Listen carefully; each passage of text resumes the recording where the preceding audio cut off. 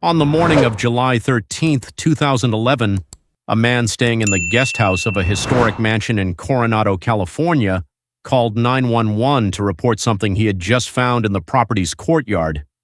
A woman hanging from a second-floor balcony, naked, with her hands bound behind her back and her ankles tied together. By the time paramedics arrived, she was already gone. What followed would become one of the most disputed death investigations in recent American history, a case that more than a decade later still has no answer both sides of the argument are willing to accept. This is the story of Rebecca Zahau. Rebecca Maui Zahau, also known by her married name Rebecca Nalepa, was a 32-year-old Burmese-American surgical technician living with her boyfriend, pharmaceutical executive Jonah Shaknai, at his historic seaside estate known as the Spreckels Mansion in Coronado, California. The mansion, once owned by sugar and shipping magnate John D. Spreckels, was Shaknai's summer property, a grand, sprawling home overlooking San Diego Bay. The events that would consume the following months began not with Rebecca's death, but 2 days earlier with a very different tragedy. On July 11th, Shaknai's 6-year-old son Max was in the mansion with Rebecca and a 13-year-old girl. At some point that day, Max fell face-first over a second-floor banister, suffering severe injuries to his spinal cord and facial bones, injuries serious enough to affect his heart rate and breathing. Max was rushed to Rady Children's Hospital in critical condition. Jonah Shaknai was not at the mansion at the time of the fall. In the chaos and grief that followed, Rebecca Zahau remained at the property. On July 12th, she called a local dog daycare company to arrange care for her pet, intending to join the hospital vigil for Max the following day. She never made it there. On the morning of July 13th at approximately 6:30 a.m., Adam Shaknai, Jonah's brother who was staying in the mansion's guest house, called 911 to report that he had found a nude woman hanging from the second-story balcony, her hands and feet bound. Adam told police he had cut the rope in an attempt to save her before emergency crews and Coronado police arrived, though by that point Rebecca Zahau was already dead. Because the Coronado Police Department did not maintain a full-time homicide unit, the case was quickly referred to the San Diego County Sheriff's Department for further investigation. From the earliest hours, investigators were divided on what they were looking at. A Sheriff's Department spokesperson publicly acknowledged that the death investigation could point toward either homicide or suicide, a rare admission of uncertainty in the earliest stages of a case. Investigators specifically noted they were examining the possibility that other people had been staying inside the house the night before Zahau's death, and were working to establish whether her death was in any way connected to Max's fall 2 days earlier. Then, 3 days after Rebecca's death, tragedy struck the same family a second time. On July 16, 2011, Max Shaknai died at Rady Children's Hospital from the injuries he had sustained in his fall. Within less than a week, Jonah Shaknai had lost both his young son and his girlfriend, deaths that had occurred inside the same house, 4 days apart.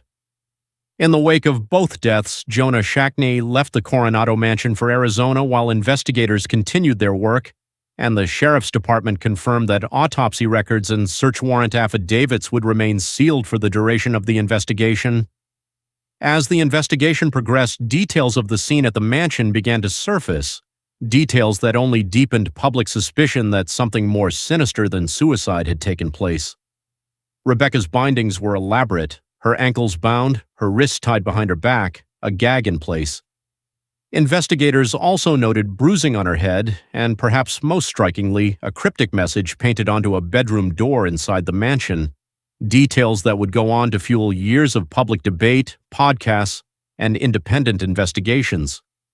For 7 weeks, the San Diego County Sheriff's Department worked to determine what had actually happened inside the mansion that morning. On September 2, 2011, Sheriff Bill Gore held a news conference just before Labor Day weekend to announce the department's conclusion.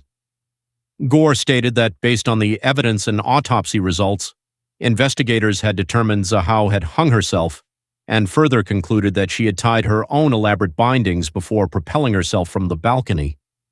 Max's death separately was ruled an accidental fall. For Rebecca's family, the ruling did not settle anything.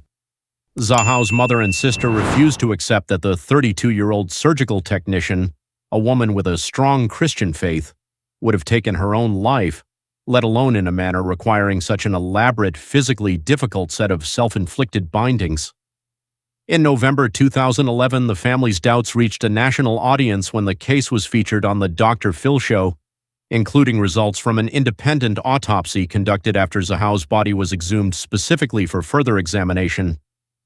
It was the first of many media examinations that would follow over the coming decade, appearing on networks ranging from CNN to Oxygen, and eventually inspiring numerous true crime podcasts and books dedicated entirely to unpacking the case. Unable to pursue criminal charges without new evidence strong enough to overturn the sheriff department's ruling, Rebecca's family instead filed a wrongful death civil lawsuit in 2013, naming Adam Shaknai, Jonah's ex-wife Dina Shaknai, and her sister Nina Romero, alleging that the three had attacked, strangled, and hanged Zahau. The two sisters were later dropped from the lawsuit after evidence showed they had not been present at the mansion during the critical hours of the case.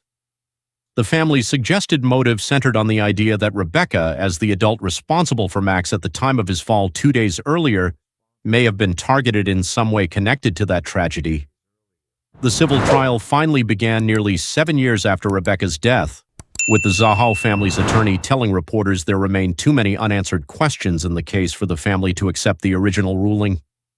The wrongful death lawsuit against Adam Shaknai ultimately concluded in a settlement between Zahau's family and insurers, a resolution that left Adam Shaknai without formal legal liability for her death, but also left the underlying question of what happened that morning formally unresolved in any court of law. The family's pursuit of answers did not end there. In 2020, they filed a separate lawsuit against then-Sheriff Bill Gore and his department, seeking access to the full investigative records from the case and formally petitioned the county medical examiner to change Rebecca's official cause of death from suicide to undetermined. That lawsuit against the sheriff's department was later dropped. More than a decade later, the case remains a fixture of American true crime media, revisited annually as its anniversary approaches, its unresolved details, the bindings, the bruising, the painted message on the door, continuing to generate fresh scrutiny from journalists, podcasters, and amateur investigators alike. As the 14th anniversary of her death passed, Rebecca's loved ones were still publicly seeking answers, still pushing for a formal reclassification of how she died. What makes the Rebecca Zahau case endure isn't a single piece of evidence, but the accumulation of unresolved details, the coincidence of two deaths in one household within days of each other, physical circumstances at the scene that many forensic observers have found difficult to reconcile with a straightforward suicide, and a family that has spent well over a decade refusing to let the official conclusion stand as the final word. Officially, the case is closed. In the eyes of the people who knew Rebecca Zahau best, it never was.